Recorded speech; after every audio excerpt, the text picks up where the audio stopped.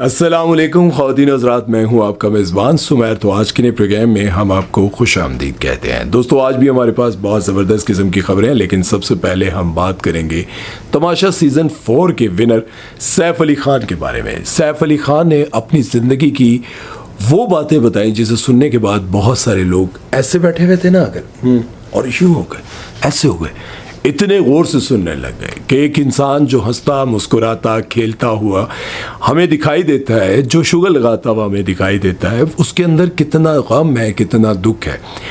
अब गम दुख इंसान की ज़िंदगी में सारे भूल जाते हैं, लेकिन वालिदैन का गम दुख कभी इंसान को नहीं भूलता।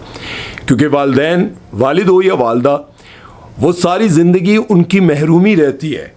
वो आपकी ज़िंदगी में सब कुछ आपको दे जाए ना, घर दे जाए, गाड़ियाँ दे जाए, बंगले दे जाए, सब कुछ दे जाए, लेकिन उनकी कमी हमेशा याद रहती है। इसी तरह से सैफ अली ख़ान ने बताया कि जब मैं 9 साल का था तो मेरे वालिद शहीद हो गए थे।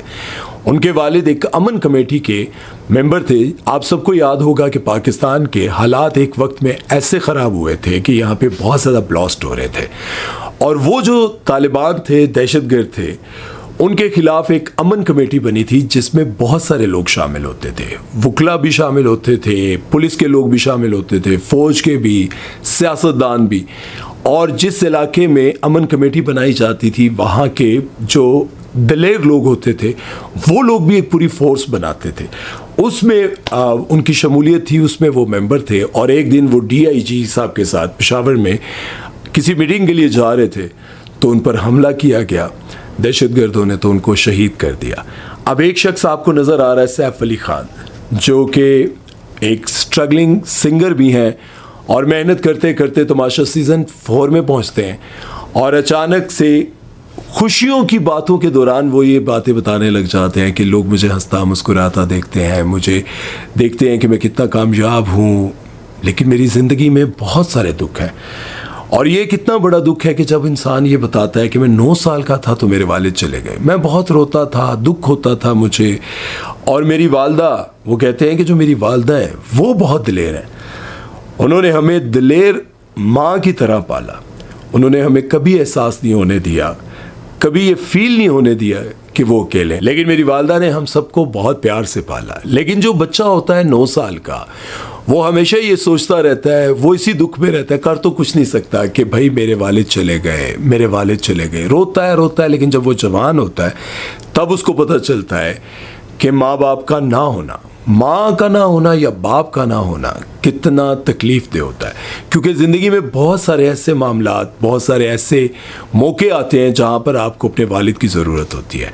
तो एक और बात भी उन्होंने बताई कि मेरी वालदा जो है उनको ब्रेन ट्यूमर भी है, और उसके बावजूद उन्होंने अपने दुख, अपनी तकलीफ़ें कभी भी इस तरह से अपने आप पर हावी नहीं होने दी कि वो हमें ऐसे मायूसियों में धकेल दे। हमारी वालदा इतनी बीमार होने के बावजूद भी हमें बड़ी दिलेरी के साथ वो पालती रहीं, हमारी तरबियत करती रहीं। और मैं ये समझता हूँ कि बाप चला जाए या माँ चली जाए, ज़ाहिर है दुनिया में जो आता है वो जाता तो है, लेकिन जब वो चला जाता है तो उसके बाद जो है माँ बाप में से कोई एक, उसको बड़ी दिलेरी के साथ अपने बच्चों के साथ जीना पड़ता है। अपने दुख शायद वो कहीं अकेले में बैठकर रो भी लेता होगा, रो भी लेती होगी, लेकिन बच्चों के सामने वो उसको हंसना पड़ता है, उसको बताना पड़ता है कि नहीं, कुछ भी नहीं हुआ, दुनिया में जो आता है उसको जाना है और हमें जीना है। खैर, चलते हैं नेक्स्ट खबर की तरफ और बात करते हैं ड्रामा सीरियल केस नंबर 9 के बारे में। इस ड्रामे के हवाले से कुछ ऐसी चीज़ें आपको बताने जा रहा हूं जो शायद आप पहले से नहीं जानते होंगे। सबसे पहले तो मैं आपको ये बताता चलूं कि इस ड्रामे में जो फैसल कुरैशी की बीवी बनी है वो कौन है, आपको नहीं पता। सबसे पहले तो आपको ये बताऊं कि इस ड्रामे को लिखा किसने है। इस ड्रामे को लिखा है शाहजेब खानज़ादा ने, जो अक्सर वो कामरान खान की जगह जो आए थे जियो पर। अस्सलाम वालेकुम जी, मैं हूँ शाहजेब खानज़ादा। बहुत बड़े जर्नलिस्ट वो अच्छा, तुसी पहले बोल लो यार, एक तो मेरे जड़े प्रोड्यूसर है ना यार, बोलती बहुत हैं ये। अच्छा, ये बहुत बड़े जर्नलिस्ट हैं और एक प्रोग्राम करते हैं बहुत सालों से, बड़ा अच्छा प्रोग्राम करते हैं जिसमें ये वन गो में पूरा ऐसे पढ़कर बता देते हैं कि क्या हुआ क्या नहीं हुआ। ठीक है, अच्छा, जब ये ड्रामा लिख रहे थे तो लोगों को यूँ लगा कि जर्नलिस्ट हैं, लेकिन अब हो सकता है कि ये पहली बार इस ड्रामे में काम करने आ रहे हैं, हीरो के तौर पर आ रहे हैं, ठीक है। लेकिन बाद में ये पता चला, पहले बहुत ज़्यादा हाइप बनाई गई इस ड्रामे के हवाले से कि शाहज़ेब खानज़ादा जो हैं वो ड्रामों में आ रहे हैं और केस नंबर 9 के हीरो आ रहे हैं। लेकिन बाद में पता चला कि नहीं, ये ड्रामा इन्होंने लिखा है। अब इस ड्रामे में जो फैसल कुरैशी की वाइफ है वो शाहज़ेब खानज़ादा की असल में वाइफ है, ठीक है। अब इनको लेकर आप देखें तो जितने भी पोस्टर्स आपको नज़र आ रहे हैं, जितने भी पोस्टर्स नज़र आएंगे, उसमें इनकी तस्वीर लाजमी होगी। हालांकि इनको सारे ये कह रहे हैं कि ये सिफारशी आ तो गई, लेकिन इनकी एक्टिंग बहुत माठी है। ये मैं आपको यार लोगों ने कहा, मैंने पढ़ा है। अब बहुत सारे लोग ये बात कह रहे हैं कि उनकी एक्टिंग बहुत माठी है। मतलब मुझे यूँ लगता है कि लोगों को यूँ लगता है कि यार जो बंदा सिफारिश करवा कर आता है ना, नेपोटिज्म की पैदावार होता है या फिर किसी बड़े बंदे की सिफारिश से वो आता है, तो उसकी एक्टिंग अच्छी भी हो तो उस पर तनकीद करनी चाहिए। एक तो ये बात आपके सामने मैंने लाई कि वो उनकी एक्टिंग पर लोग तनकीद कर रहे हैं। हालांकि मैंने कुछ सीन्स देखे हैं, मुझे लगा कि यार अच्छी एक्टिंग कर रही हैं और ज़ाहिर है उसकी उन्होंने बहुत ज़्यादा प्रैक्टिस भी की होगी, अच्छे सीन्स हैं। लेकिन जो ज़्यादती हो रही है वो क्या हो रही है? एक तरफ ये पहली बार आ रही हैं, इनके पोस्टर्स हैं, लेकिन एक ऐसा हीरो जो बहुत सारे सुपर हिट ड्रामे दे चुका है जिनका नाम है जुनैद खान। खुदा और मोहब्बत में भी थे, दो किनारे भी एक ड्रामा इनका चला था, दो किनारे था ना, वो बहुत ज़्यादा हिट किया, पॉपुलर ड्रामा। और सिर्फ यही नहीं, इसके अलावा भी उन्होंने बेशुमार सुपर हिट ड्रामों में काम किया और उनका किसी भी पोस्टर पर कोई भी तस्वीर नहीं है। मतलब किसी पोस्टर पर उनकी कोई तस्वीर नहीं है, किसी भी जगह उनको नहीं लगाया गया। और मैं ये समझता हूँ कि ये बहुत बड़ी ज़्यादती है, नहीं होना चाहिए था। और खैर, आप लोगों को क्या लगता है कि जो मैं कह रहा हूँ वो ठीक है?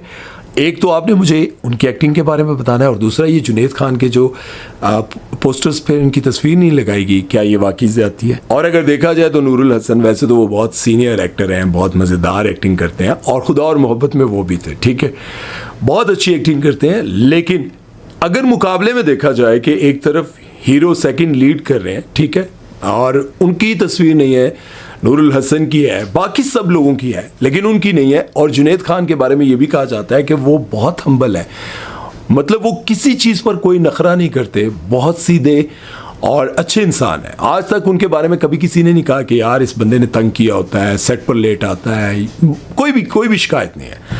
लेकिन उसके बावजूद उनको, अब ये ऐसे क्यों होता है कि यार जो बंदा हम्बल होता है, सीधा साधा होता है, सीधा साधा मतलब ये नहीं मैं कह रहा हूँ कि उस तरह सीधा साधा नहीं, मतलब जो बंदा नखरे नहीं करता, चालाकियाँ नहीं करता, तो उसी बंदे को आप पोस्टर से हटा दें, ये ज़्यादती है। मुझे लगा कि किसी ने आवाज़ नहीं उठाई तो मुझे उठानी चाहिए।